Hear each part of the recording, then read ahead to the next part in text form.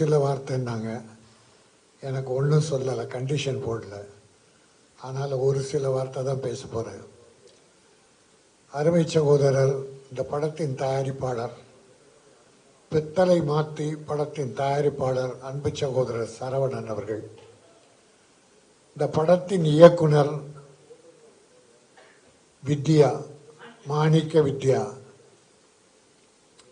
இசையமைப்பாளர், தொழில்நுட்ப கலைஞர்கள், நடித்த நண்பர்கள் அத்தனை பேருக்கும் என்னுடைய வாழ்த்துக்களை தெரிவிப்பதோடு, தம்பி ராமையா என்னுடைய குடும்ப நண்பர் மட்டுமல்ல, தம்பி, அவருடைய மகனுக்கும் ஐஸ்வர்யாக திருமணம் நடந்து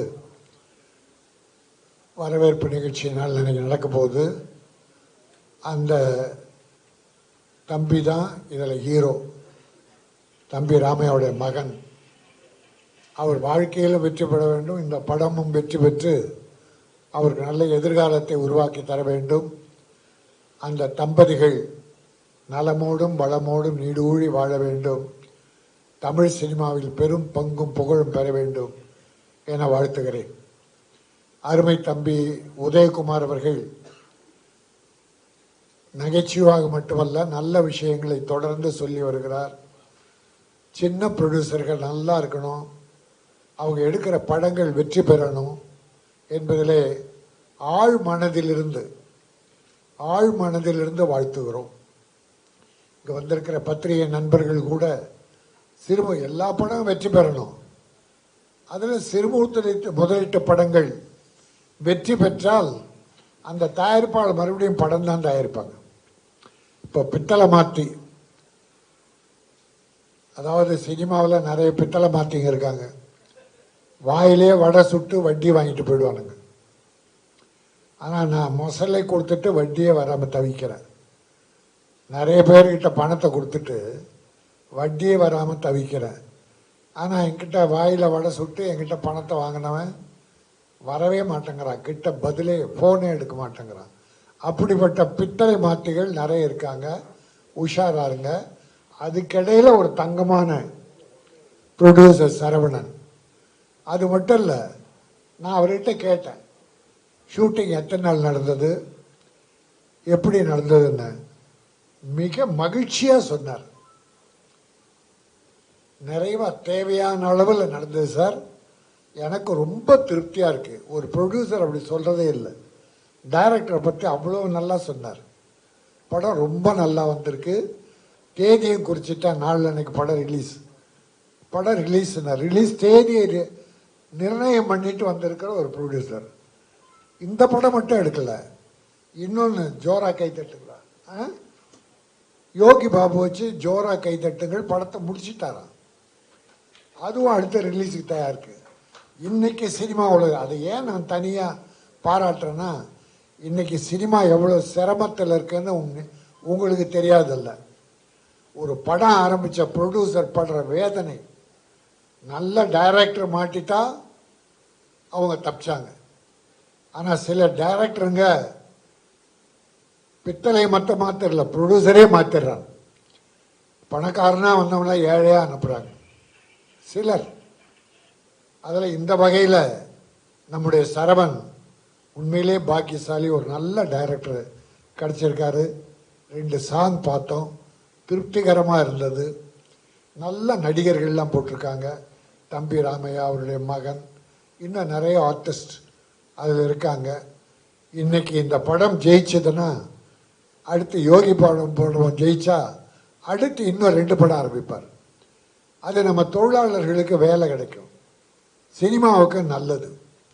அதனால் இன்னைக்கு சினிமா இருக்கிற நிலையில் 2 படத்தை எடுத்திருக்கிற அன்பு சகோதரர் சரவணன் அவர்கள், இந்த படம் வெற்றி பெறும்.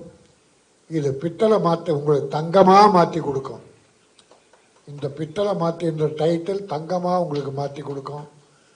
இன்னைக்கு உதயகுமார் சொல்கிற போல எல்லாமே இங்கிலீஷ் டைட்டில், எல்லாமே ஷைரன்றான், பார்க்கிங்கிறான், யூட்டர்னுங்கிறான்.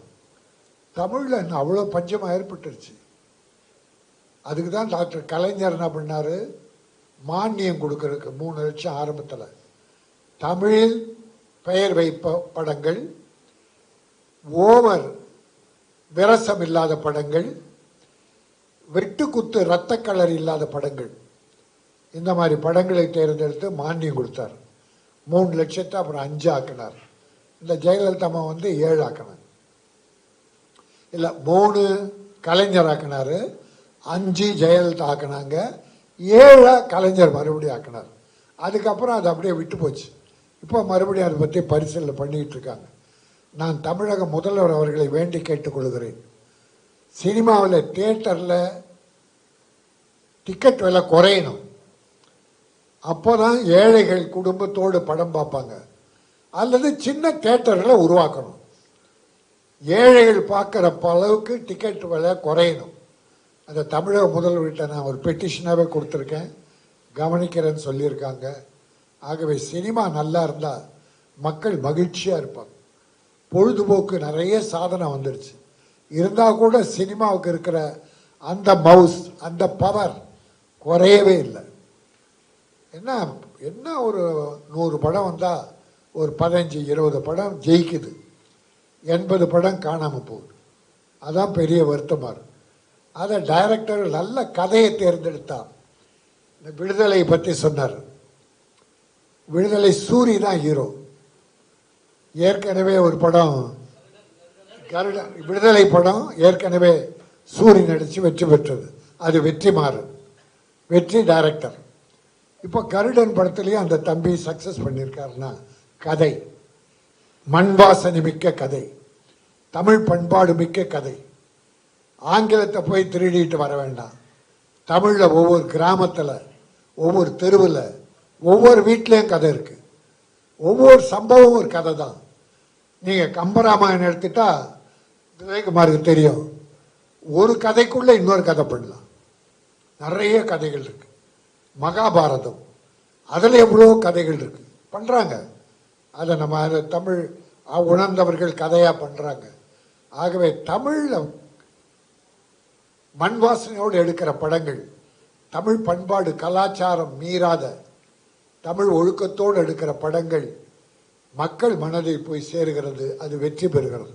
அந்த வகையிலே இந்த பிற்றையில மாற்றி படம் தங்கமாக மாற்றி என் ப்ரொடியூசர் சரவணன் வெற்றி பெற வைக்க வேண்டும்.